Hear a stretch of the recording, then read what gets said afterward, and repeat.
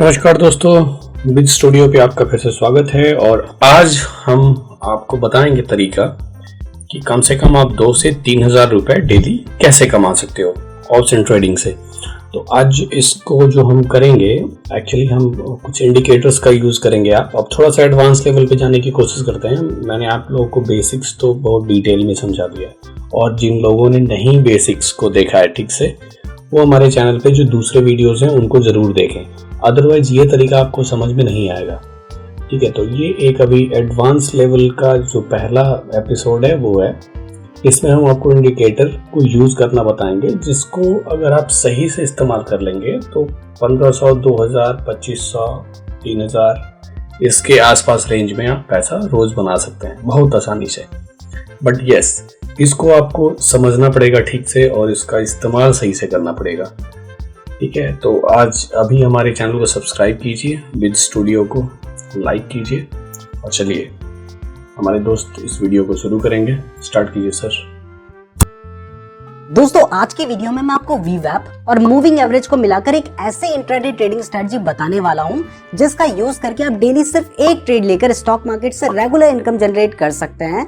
ये स्ट्रेटजी बहुत ही ज्यादा सिंपल है, और इसमें आपको स्टॉक सिलेक्शन की भी प्रॉब्लम नहीं आएगी, क्योंकि स्टॉक कैसे सेलेक्ट करना है वो भी मैं आपको इस वीडियो के एंड में बता दूंगा। तो वीडियो को ध्यान से देखिएगा, और ये वीडियो सिर्फ एजुकेशनल पर्पसेस के है। तो ट्रेडिंग अपने रिस्क पर करें, और कभी भी लोन लेकर ट्रेडिंग ना करें, क्योंकि इससे बहुत बड़ी मुसीबत पे पड़ सकते हैं। तो चलिए इस वीडियो को शुरू करते हैं। तो दोस्तों, इस स्ट्रेटजी का यूज करने के लिए आपको सबसे पहले ये देखना है कि आज निफ्टी में गैप अप ओपनिंग हुई है या गैप डाउन ओपनिंग हुई है, यानी आज स्टॉक मार्केट पॉजिटिव है या नेगेटिव है। क्योंकि अगर मार्केट पॉजिटिव है तो आप सिर्फ बाय करने वाले ट्रेड लेंगे, और अगर मार्केट नेगेटिव है तो आपको सिर्फ शॉर्ट सेल करना है। तो जैसे ही 9:15 पर स्टॉक मार्केट ओपन होता है, तो आपने अपना चार्टिंग सॉफ्टवेयर खोल लेना है, और उसमें 5 मिनट की कैंडल लगा लेनी है। अब सबसे पहले देखते हैं कि अगर निफ्टी बुलिश है तो उसमें आपको कैसे ट्रेड लेना है। उसके बाद मैं आपको बताऊंगा कि अगर निफ्टी बेयरिश है तब आप कैसे ट्रेड लेंगे, और लास्ट में मैं आपको ये बताऊंगा कि आप सिर्फ 5 सेकंड में ऐसे स्टॉक्स को कैसे सेलेक्ट कर सकते हैं।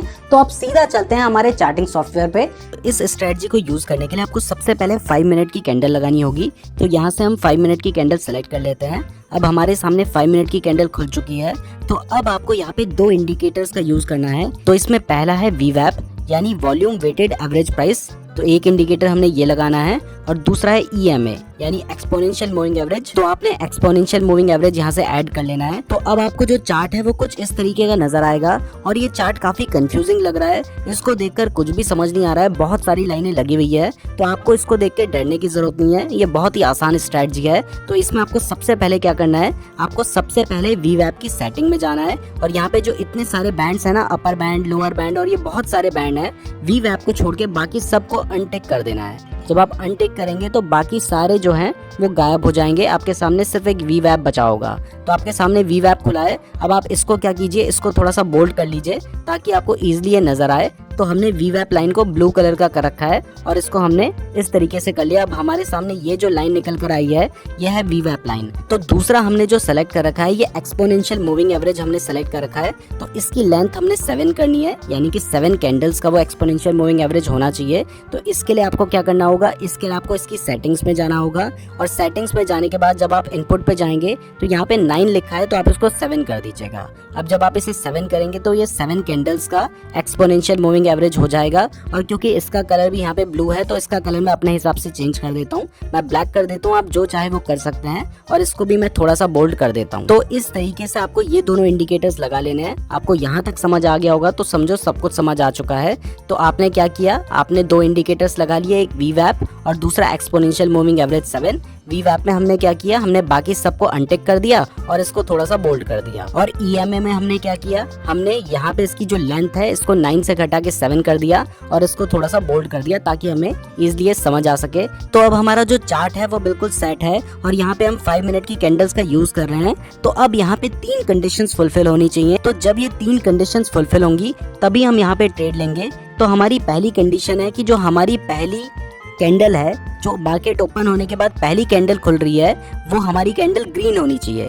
बट आप इस केस में देखेंगे, जो टाटा मोटर का स्टॉक मैंने खोल रखा है, इस केस में कैंडल जो है ये रेड बन रखी है। तो हम इस स्टॉक में ट्रेड नहीं करेंगे। आपको ऐसे स्टॉक्स कहाँ पे मिलेंगे जिनकी फर्स्ट कैंडल ग्रीन होगी, वो मैं आपको आगे बता दूंगा।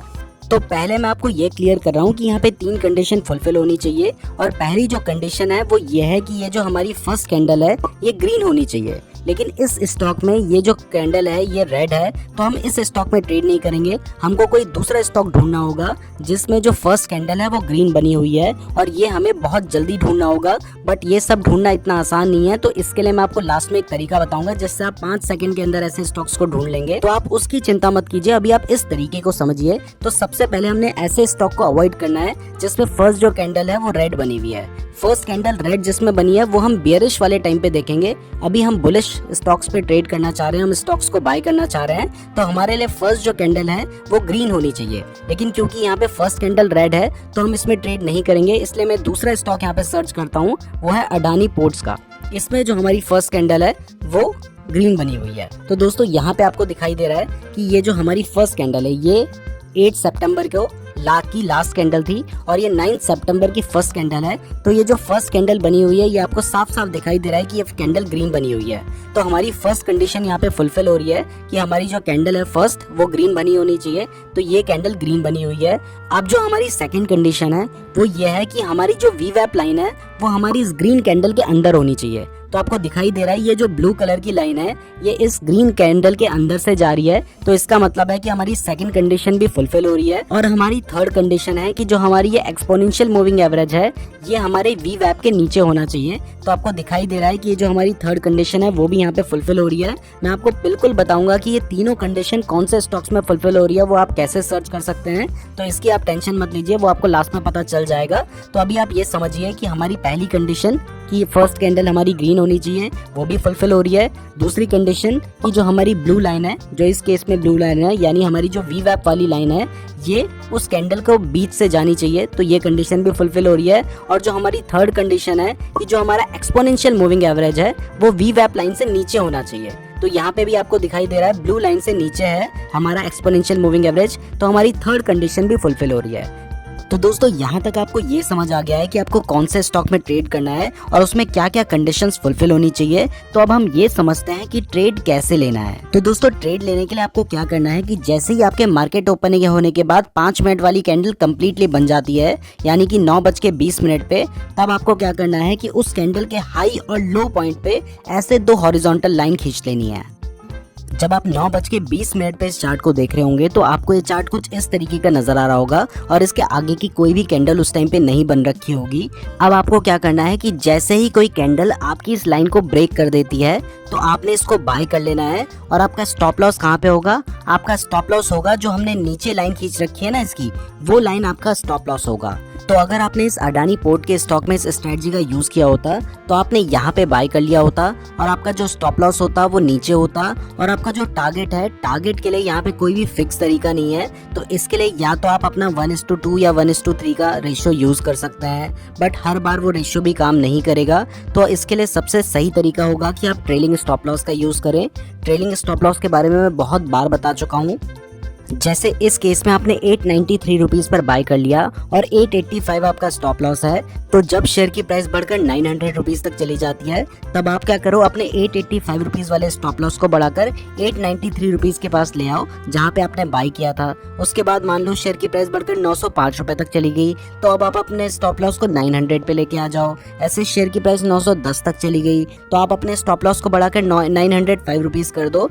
ऐसे जब तक शेयर की प्राइस बढ़ती रहती है तब तक आप अपना स्टॉप लॉस भी उसके पीछे पीछे ले जाते रहो, इससे आप ज्यादा से ज्यादा प्रॉफिट कवर कर पाएंगे। तो अगर आप इस स्ट्रेटजी का यूज करके इस तरीके से बाय एंड सेल करते तो आप लगभग 893 रुपीज के आसपास बाय करते और आप 908 रुपीज के आसपास तक सेल कर सकते थे। अब अगर आपको अभी भी कोई कंफ्यूजन है तो मैं एक दूसरे स्टॉक का एग्जांपल देता हूं जिसका नाम है इन्फोसिस। तो यहाँ से आपको सब कुछ क्लियर हो जाएगा। तो इसमें भी आपको दिखाई दे रहा है कि जैसे ही मार्केट ओपन होने के बाद हमारी फर्स्ट 5 मिनट की जो कैंडल बनी है, यहाँ पे हमने 5 मिनट का चार्ट लगा रखा है, तो आपको दिखाई दे रहा है कि जो फर्स्ट 5 मिनट की कैंडल बनी है ये ग्रीन कैंडल है। तो हमारी जो फर्स्ट कंडीशन है कि कैंडल ग्रीन होनी चाहिए वो यहाँ पे फुलफिल हो रही है। दूसरा, हमारा जो वीवैप है वो उस कैंडल के बीच में जाना चाहिए, तो ये जा रहा है। और तीसरा, हमारा जो एक्सपोनेंशियल मूविंग एवरेज है वो वीवैप से नीचे होना चाहिए, तो वो भी यहाँ पे हो रहा है। तो हमारी तीनों कंडीशन यहाँ पे फुलफिल हो रही है। तो जब ये तीनों कंडीशन फुलफिल होती है तो अब हमने क्या करना है, हमने फर्स्ट कैंडल जो हमारी 5 मिनट की कंप्लीट हो जाएगी, उसके हायर और लोअर पॉइंट पे 2 लाइन खींच लेनी है कुछ इस तरीके से। अब जब आप लाइन खींच लेते हैं तो इसके बाद बाय करने के लिए आपको क्या करना है, जब भी कोई कैंडल इसके हायर पॉइंट को ब्रेक कर देती है तब आपने इसको बाय करना है। तो अगर आपने इस स्टॉक में इस स्ट्रेटजी को अप्लाई किया होता तो बहुत देर तक आपको बाय करने का मौका ही नहीं मिलता। आपको दिखाई दे रहा है कि उसके बाद ये स्टॉक बहुत देर तक साइडवेज ही चलता रहा। लेकिन अच्छी बात यह है कि अगर आप साइडवेज में बाय कर लेते तो आपको लॉस ही होता। तो ये स्ट्रेटजी यहाँ पे बहुत अच्छे से काम की। अब देखो जहाँ पे इस स्टॉक ने इसके हायर पॉइंट को ब्रेक किया है, अब मैं आपको दिखाता हूँ। अगर आप बाय करते तो आप कहाँ पे बाय करते, जब इसके हायर पॉइंट को ये ब्रेक कर देता। तो देखो यहाँ पर आपको दिखाई दे रहा है कि इस कैंडल ने इसके हायर पॉइंट को ब्रेक कर दिया है। तो जैसे ही ये कैंडल ब्रेक करती आप यहाँ पे बाय कर लेते और उसके बाद देखो इस शेयर की प्राइस बढ़ती गई और नीचे ही नहीं आई, तो यहाँ पे भी आपको प्रॉफिट होता।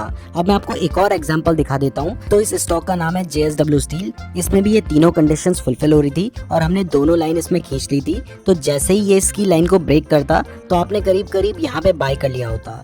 लेकिन अगर इस स्टॉक में आपने सही जगह पे इसको सेल ना किया होता तो फिर यह बाद में स्टॉप लॉस भी हिट कर जाता। तो इसलिए आपको सही जगह पे सेल करना भी जरूरी है और स्टॉप लॉस लगाना भी इसलिए जरूरी है ताकि हमें ज्यादा बड़ा लॉस ना हो। तो दोस्तों आपने ये तो सीख लिया है कि जिस जगह पे निफ्टी बुलिश है और स्टॉक मार्केट में गैप अप ओपनिंग हुई है तो वहाँ पे आप किस तरीके से ट्रेड ले सकते हैं। तो अब ये सीखते हैं कि जहाँ पे गैप डाउन ओपनिंग हुई है और निफ्टी बेयरिश है तो वहाँ पे आप शॉर्ट सेल कैसे कर सकते हैं। अगर आपको शॉर्ट सेल करना है तो इसके लिए ये 3 कंडीशन फुलफिल होनी चाहिए। पहला तो जो फर्स्ट कैंडल है वो बेयरिश बननी चाहिए, यानी रेड कलर की बननी चाहिए। दूसरा जो वी वैप है वो बॉडी की कैंडल के अंदर होनी चाहिए जैसा कि पहले हो रहा था। और थर्ड है इसमें मूविंग एवरेज वी वैप लाइन के ऊपर होना चाहिए, जबकि बुलिश वाले में वी वैप मूविंग एवरेज के नीचे था। तो अगर ये सब कंडीशन फुलफिल करती हैं तो आप कैसे ट्रेड ले सकते हैं और कैसे शॉर्ट सेल कर सकते हैं, अब वो देखते हैं। तो दोस्तों ये एक स्टॉक है रिलायंस इंफ्रास्ट्रक्चर का और इसमें ये तीनों कंडीशंस फुलफिल हो रही हैं जो बेयरिश के लिए होनी चाहिए। इसमें पहला है कि जो हमारी फर्स्ट कैंडल बनी है 9:15 से लेकर 9:20 के बीच में, वो एक रेड कैंडल है। इसमें जो हमारी वीवैप लाइन है इसकी बॉडी के अंदर आ रही है। और तीसरा अगर आप ध्यान से देखेंगे तो इसमें जो मूविंग एवरेज है वो वीवैप के ऊपर है। तो जब ये तीनों कंडीशन फुलफिल करती हैं तो यहाँ पे भी आपको उसी तरीके से लाइन खींच लेनी है। जैसे आप बुलिश वाले में लाइन ड्रॉ कर रहे थे वैसे ही यहाँ पे भी ड्रॉ करनी है। तो जो हमारी फर्स्ट कैंडल है इसका जो लोअर पॉइंट है और जो हायर पॉइंट है, इन दोनों से लगते हुए हमें 2 हॉरिजॉन्टल लाइन इस तरीके से ड्रॉ कर लेनी है। अब क्योंकि आप यहाँ पे शॉर्ट सेल कर रहे हैं तो यहाँ पे आपका जो स्टॉप लॉस होगा वो होगा फर्स्ट कैंडल का जो हायर पॉइंट है वहां पर। और शॉर्ट सेल आप तब करेंगे जब कोई भी कैंडल इसका जो लोअर पॉइंट है उसको ब्रेक कर देगी। तो जैसे इस कैंडल ने इसके लोअर पॉइंट को ब्रेक कर दिया है तो आप यहाँ पे शॉर्ट सेल कर देते और उसके बाद देखेंगे आप कि शेयर की प्राइस गिरती गई तो यहाँ पर भी आपको प्रॉफिट हो जाता। दोस्तों मैं उम्मीद करता हूँ कि अब आप समझ गए होंगे कि इस स्ट्रेटजी का यूज करके ट्रेड कैसे। तो दोस्तों इस स्ट्रेटजी का यूज कैसे करना है वो तो आप समझ चुके हैं, बट हर स्ट्रेटजी में कुछ कमियां भी होती हैं तो अब वो भी जान लीजिए। तो इसकी पहली कमी यह है कि इस स्ट्रेटजी को आप सिर्फ दिन में एक बार ही यूज कर सकते हैं, क्योंकि इसमें हम फर्स्ट 5 मिनट की कैंडल का यूज करते हैं और जैसे ही उसकी नेक्स्ट कैंडल या उसके बाद कोई भी कैंडल ब्रेकआउट दे देती है तो तब हम उस ट्रेड में एंटर करते हैं। इसलिए हमें टाइम का बहुत ज्यादा ध्यान रखना होगा। और इस स्ट्रेटजी की दूसरी कमी यह है कि इसमें हमारा जो टारगेट है वो कुछ खास क्लियर नहीं है कि कहाँ पर हमारा टारगेट होगा। इसलिए आप यहाँ पर ट्रेलिंग स्टॉप लॉस का यूज करें तो वो ज्यादा बेटर होगा। तो इस स्ट्रेटजी का यूज करते हुए इन दोनों बातों का ध्यान रखें। इसके अलावा एक बहुत ही जरूरी बात जो मैं आपको क्लियर करना चाहता हूँ वो यह है कि अगर आप YouTube से या कहीं से भी कोई भी स्ट्रेटजी सीखते हैं तो उसको डायरेक्टली लाइव मार्केट में अप्लाई करने से पहले पेपर ट्रेडिंग में उसकी प्रैक्टिस जरूर कर लिया कीजिए, क्योंकि हो सकता है कि वो स्ट्रेटजी उतने अच्छे से काम ना करती हो जितना वीडियोस में बताया जाता है, या फिर आप उस स्ट्रेटजी को सही तरीके से समझ ना पाए हो। इसलिए इस चक्कर में आपका लॉस ना हो जाए तो पहले प्रैक्टिस जरूर कर लें।